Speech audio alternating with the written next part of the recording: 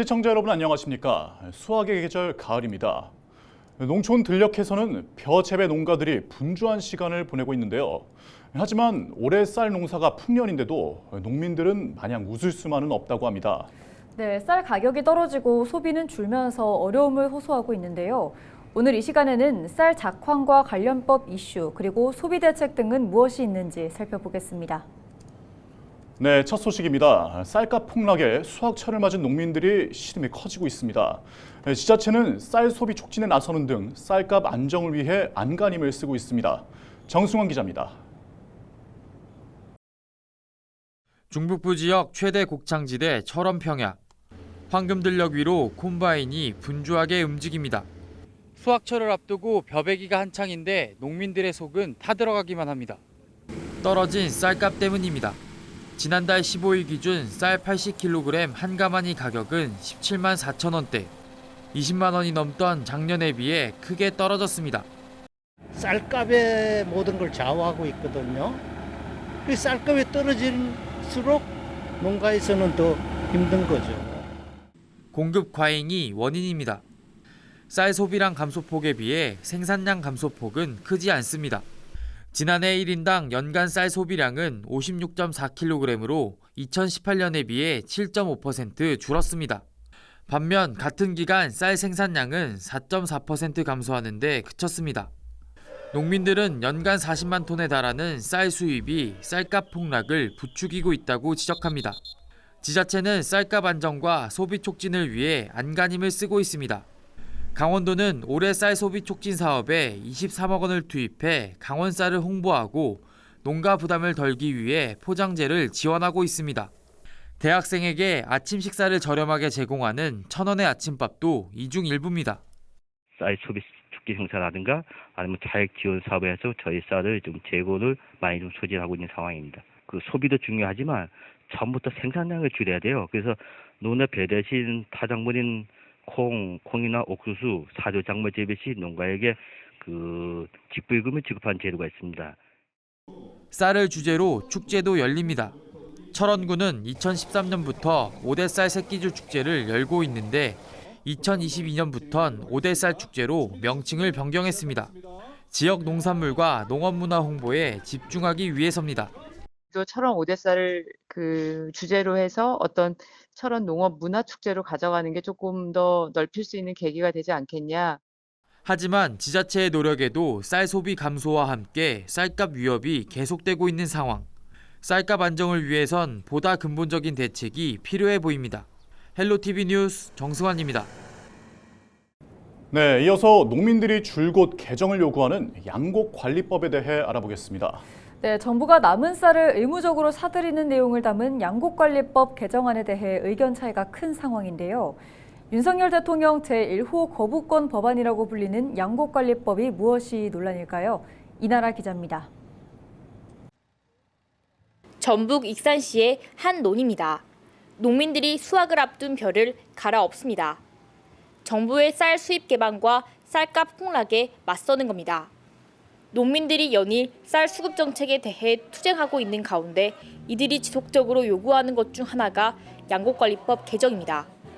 현행법은 정부의 쌀 매입이 의무적이지 않아 시장 경리가 소극적으로 이뤄졌고 그 결과 쌀값이 크게 떨어졌다는 겁니다. 저희들 요구하는 초과 생산 3%, 그다음에 가격이 5% 하락됐을 때 의무 조항으로 매입을 해야 된다. 정부가 식량 주권이 무너지면은 국가 기반이 무너진다고. 지난해 양곡관리법 개정안은 야권 단독으로 통과됐지만 윤석열 대통령이 거부권을 행사하면서 폐기됐습니다. 이후 22대 국회가 개원하자마자 민주당 이원택, 윤준병 의원 등은 양곡관리법 개정안을 잇따라 발의했습니다. 근본적으로는 논의 벼 재배 면적을 줄여가는 것이 중요하다. 그래서 전략작물 직부를 확대해야 된다 이렇게 보고 있습니다. 다만 시장 상황에 따라서 지나치게 폭등하거나 폭락했을 때 심의위원회를 통해서 조정할 수 있도록 하는 법안을 내놨습니다. 이에 반해 정부와 여당은 쌀 소비가 줄지만 양곡관리법 개정안이 시행되면 쌀 공급이 과잉될 것으로 봤습니다. 또 자급률이 낮은 작물 재배는 더 줄어들고 정책 시행에 따라 막대한 예산이 들 것으로 전망했습니다. 한국농촌경제연구원에서 지금 현행 고시 기준을 가지고 쌀을 의무매입하는 경우 2030년이 되면 1조 4천억이 추가 발생한다라는 연구 결과가 있어서 그것을 합하면 3조 원이 넘게 소요된다라는 것. 쌀은 남아돌고 양곡관리법 개정에 대한 입장 차이는 좁혀지지 않는 가운데 양곡관리법을 둘러싼 논란은 계속될 것으로 보입니다. 헬로티비 뉴스 이나라입니다. 쌀값 안정화를 위해 정부가 추진하고 있는 다양한 방안 중에는 재배 작물의 다양화가 있습니다. 가루쌀도 그중 하나인데요. 밀가루 대체용으로 개발돼 최근에는 가루쌀로 만든 제품도 다양하게 출시되고 있습니다. 서희동 기자가 소개합니다. 수확을 앞둔 논. 일반 벼와 다를 것이 없어 보이지만 열매 껍질 속은 다릅니다. 밀과 전분 구조가 비슷해 밀가루처럼 사용할 수 있는 가루쌀로 일반 벼와 재배 방식이 같아 농가에서 재배 품종을 바꾸기에도 좋습니다. 일반 밀이랑 가루쌀이랑 재배하는 건 동일하고요.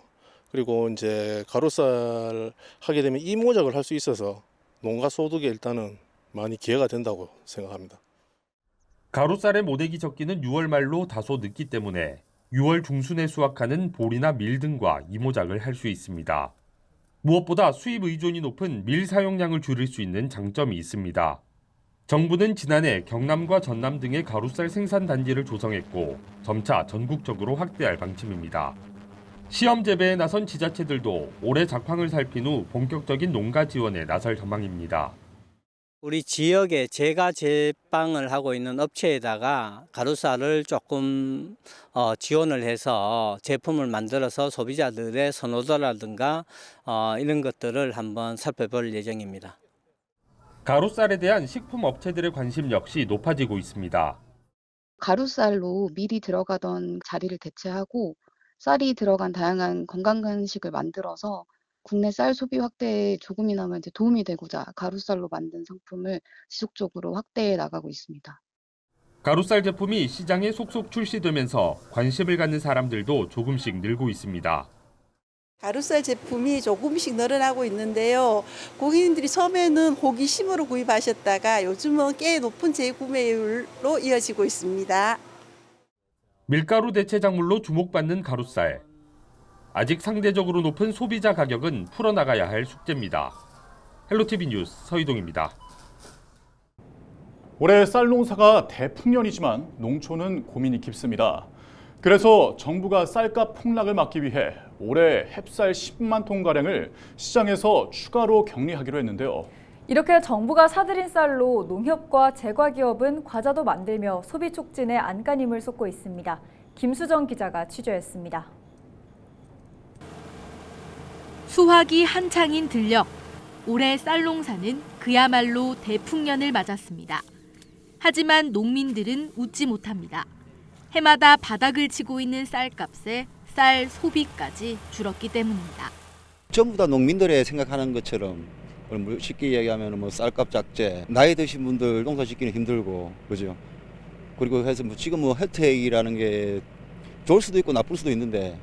그런데 보통 보면은 나쁘다고 본다고 보면 되죠. 쌀 재고를 줄이고 소비를 늘리기 위한 움직임이 일고 있습니다. 경남 밀양에 있는 한 공장. 농협과 한 제과업체가 힘을 합쳐 설립한 법인입니다. 이곳에서는 대부분 국산 농산물로 과자를 만듭니다. 특히 최근 100% 우리 지역 쌀을 활용한 신제품을 개발했습니다. 가루쌀을 압축해 구워내고 달콤한 맛까지 낸 우리에게 친숙한 누룽지 과자입니다. 국산 쌀은 외국산 쌀보다 더 바삭한 느낌을 주는 게 특징입니다. 믿고 먹을 수 있는 것도 강점입니다. 보통 밀가루 제품 같은 경우는 글루텐이라는 물질이 있습니다. 글루텐은 우리 인체에 유해한 물질로서 면역 질환 부분들도 있고요. 알러지를 유발하는 물질입니다. 그런데 쌀 제품 같은 경우는 그런 부분들이 전혀 없다 보니까 저희가 먹을 때도 안심하고 먹을 수 있는. 지난해 이 공장에서 활용한 국산 쌀만 약 1,700톤 정도. 밀가루 대신 국산 쌀로 만든 과자가 쌀 소비를 촉진하는 데 긍정적인 효과를 줄 수 있을지 기대됩니다. 헬로티비 뉴스 김수정입니다. 1인 가구가 증가하면서 편의점 간편식 매출도 크게 늘고 있죠. 지역에서 생산한 쌀을 편의점 김밥과 도시락에 공급해 소비 걱정을 덜고 있는 사례도 눈길을 끌고 있는데요. 한보모 기자가 보도합니다. 국내 대형 편의점 체인에서 파는 김밥과 도시락입니다. 모두 충남 당진쌀로 만들었습니다. 이 상품들을 팔고 있는 전국 편의점은 16,000여 곳. 당진 지역에선 이를 적극 홍보할 만큼 크게 반기고 있습니다. 저희가 현수막 부착이나 아니면 손님들 계산하고 계실 때 저희가 당진쌀로 말씀드린다는 간단한 안내도 함께 드리고 있습니다. 당진시와 지역 농업단체가 국내 유통대기업과 쌀 사용 협약을 맺은 건 지난 6월. 연간 13,000여 톤을 공급하기로 했는데 이는 당진 전체 쌀 생산량의 11%에 달합니다. 금액으론 300억 원이 넘는 규모입니다. 협약 직후 전국 7개 공장에선 당진 쌀을 활용한 간편식을 하루 18만 개 생산하고 있습니다. 당진 쌀이 유통 대기업을 사로잡은 이유, 최신 가공시설에서 우수한 품질의 쌀을 연중 공급할 수 있다는 점 때문입니다. 깐깐한 엄격한 그런 품질 관리 기준들을 유지를 해서 앞으로 당진시 농업인들이 생산한 고품질 쌀을 지속적으로 공급할 수 있도록 행정적 지원을 아끼지 않을 계획입니다. 당진은 전국 최대 쌀 생산지로 꼽힙니다. 연간 11만 톤가량을 생산하고 있는데 안정적인 판로가 장기적으로 마련되면서 농민과 농업단체는 소비 걱정을 덜게 됐습니다. 농민들이 피땀 흘려 재배한 벼를 1년 내내 안정적으로 공급함으로써 당 법인은 안정적인 매출자 확보가 가능하고 내년에는 공급량이 16,000톤까지 늘어날 예정. 이와 함께 당진시는 내년 미국 수출 냉동김밥에 지역쌀 2,400톤 공급을 추진하는 등 해외 간편식 시장까지 공략에 나설 계획입니다.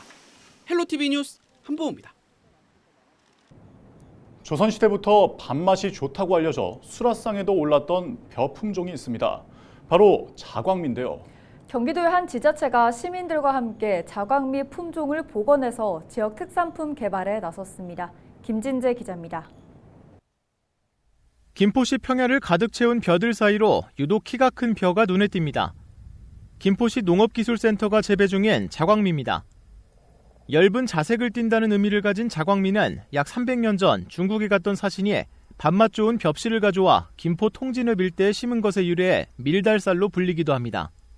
17세기 조선 숙종 때 출간된 산림경제에서도 비옥한 논이 아니면 심을 수 없고 죽, 밥, 떡에 좋다는 기록을 찾아볼 수 있습니다.